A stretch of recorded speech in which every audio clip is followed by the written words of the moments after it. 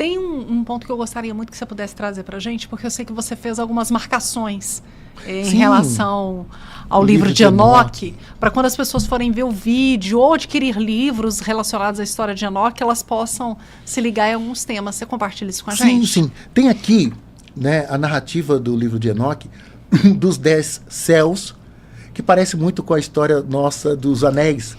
Primeiro anel, segundo anel, terceiro anel. E lembrou muito a mitologia nórdica também. Sim, exatamente. Então tem essa narrativa no livro de Enoque. O calendário lunar, como eu falei também, né? No capítulo 23, Deus criou a mulher para o homem conhecer a morte através dela. Então no capítulo 23... Ó, eu tô com a minha teoria, hein? do livro de Enoque, tá lá. Aqui a gente vê também... no capítulo 31, a história do demônio, que aí a gente vê também uma narrativa no livro de Enoque, no capítulo 31, uma alusão a um demônio. Mas ainda não é Lúcifer, não é Satanás, porque no livro de Enoque, quando aparece o Satanás, ele é o acusador. Ele lá no final dos tempos, nessa visão escatológica, ele vai estar apontando os pecados das pessoas. Como no livro de Jó, que o Satanás que aparece lá não é um demônio, não é. Na visão lá antiga, é o acusador. Certo? E lá no meu canal também eu tenho algumas lives que eu explico bem essa questão de Satanás, o acusador. O Enoque, ele também diferencia os anjos dos vigilantes. É importante a gente separar bem, né, o que é anjo e o que é vigilante no livro de Enoque. Deixa eu ver aqui mais algum capítulo que eu separei aqui, que fica fácil das pessoas pesquisarem. Eu tô aqui na live aqui, meu filhinho tá me ligando aqui direto. Quer atender? Ele de quer repente falar tá com o precisando. papai dele. Deixa eu ver se tá mais para trás. Porque na pesquisa eu fui vendo algumas coisas interessantes e para facilitar, né, o pessoal que ele vai começar aqui. Capítulo 22, os mortos têm consciência, aquilo que eu estava narrando, então você pode ir lá no capítulo 22. O capítulo 41, que fala do Satã, que não é um anjo e nem alguém do mal, que ele está ali como acusador, então no capítulo 41 vai ver isso. O capítulo 61, ele fala do Messias, que é filho de uma mulher, e do ancião de dias. Então Deus aí, ele tem uma deusa, ele não é um solteirão. Nesse livro de Enoque Etíope aparece muito essa Yod-Heh-Vav-Heh. Ora aparece ancião de dias, ora aparece esse YHWH. Então é interessante dar uma olhada nisso também. O capítulo 69, os nomes dos anjos e as coisas que eles ensinaram, inclusive a escrita. Então no capítulo 69 tem toda essa narrativa do que ensina a cosmetologia, a metalurgia, a agricultura, e quem faz a sobrancelha, e assim por diante. Até fazer a sobrancelha é coisa ruim que eles trouxeram. Então era isso que eu queria compartilhar.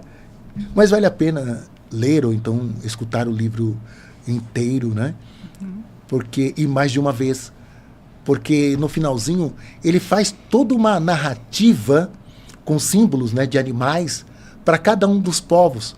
E ele conta exatamente, né, como que ia acontecer o dilúvio, conta como ia o povo se estruturar na chamada Terra Prometida, conta como ia ser os reis, Saul, Davi e tudo mais, a construção do templo, a destruição do templo e eles sendo levados para a Babilônia, o cativeiro na Babilônia, a volta do cativeiro, tudo com nome de animais e símbolos e tal, mas é legal que você, a quem entender a narrativa vai perceber que é essa história que está ali acompanhando.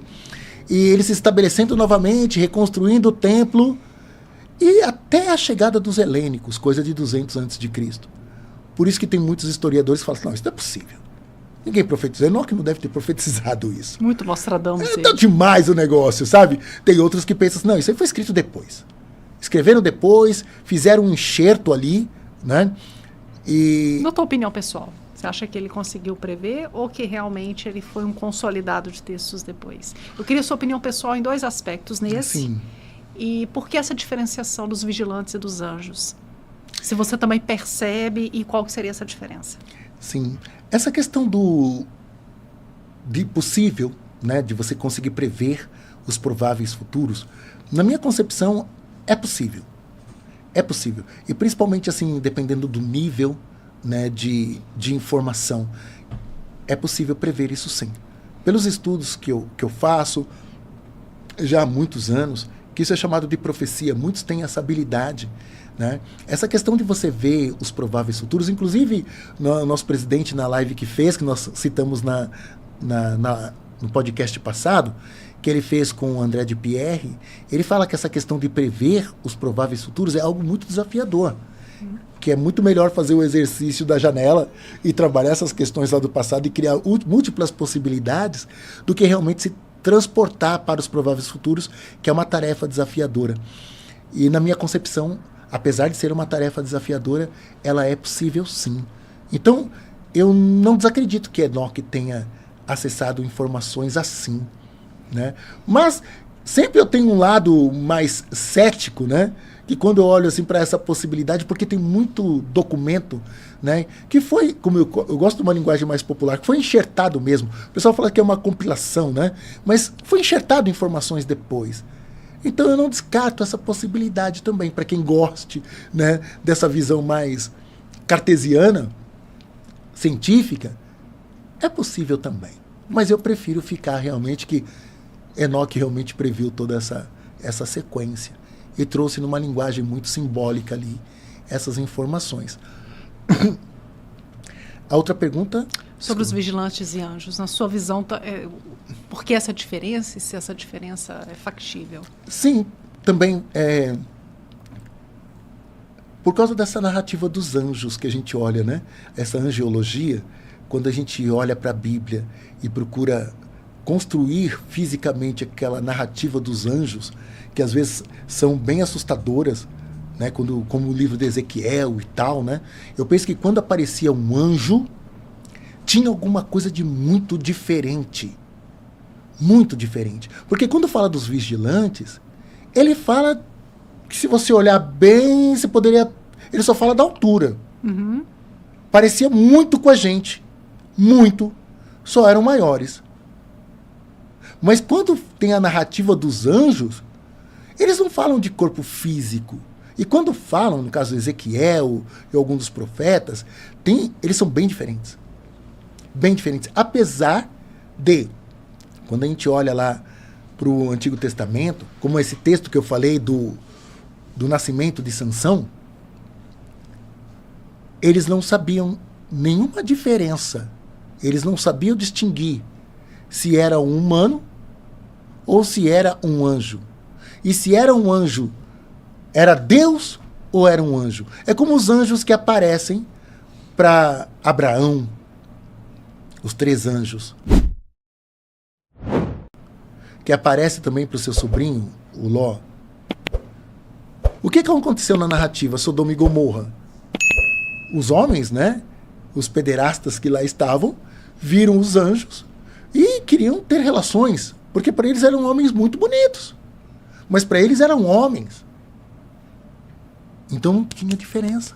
Só era muito bonito. Uhum. Então tem algumas manifestações na Bíblia que são bem complexas. Mas você acha que ambos podem ser o que hoje em Dáquila, por exemplo, fala sobre os parceiros e tudo mais?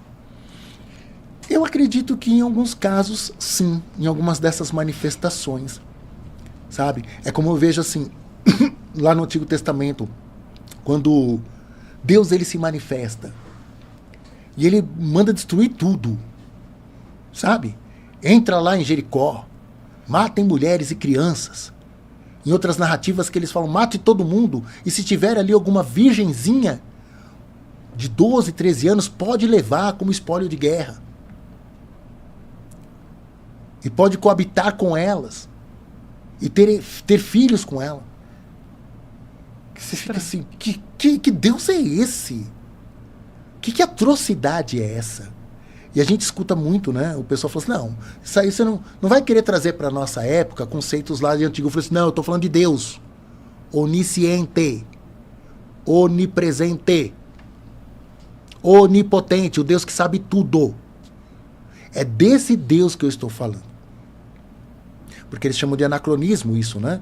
Não, você não vai querer trazer os erros lá do passado com o olhar que nós temos hoje. Não, eu estou falando de Deus. Deus que tudo sabe. Eu não estou falando de um povo ignorante que aceitava de repente que a mulher era inferior lá no passado. Sabe?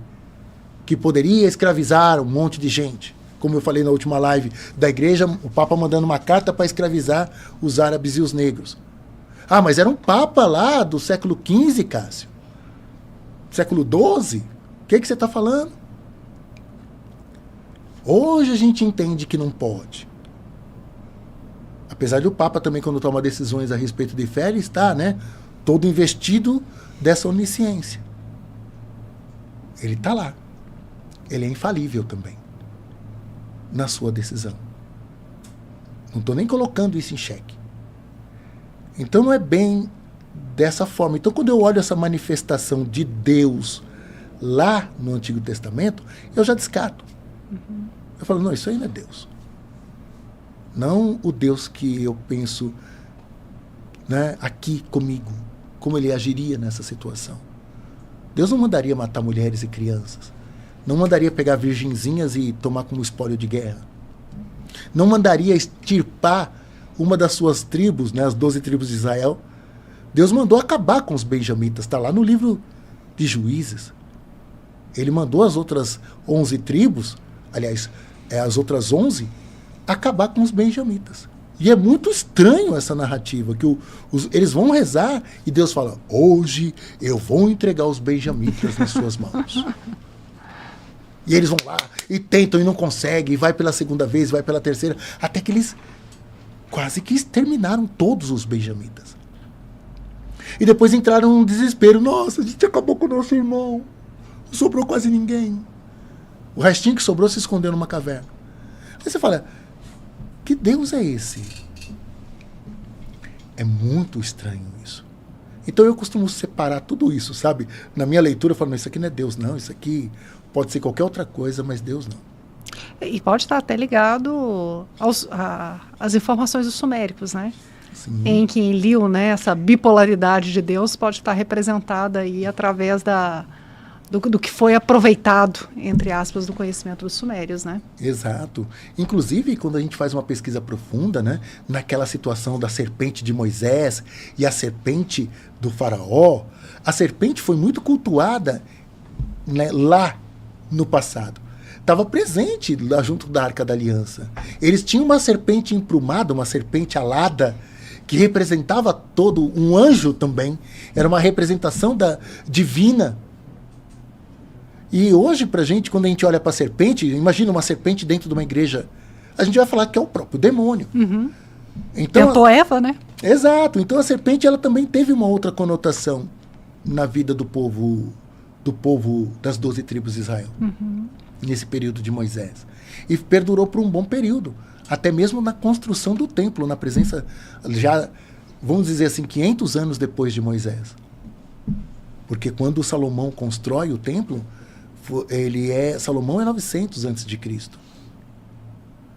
500 depois de Moisés.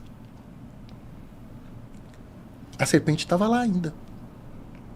É muita construção e desconstrução que teve ao longo da história, né, Cássio? Como você mesmo está colocando muito bem, né? Tem que ter um olhar muito apurado, muito crítico para ver essas informações com um olhar de investigador e de pesquisador mesmo, né?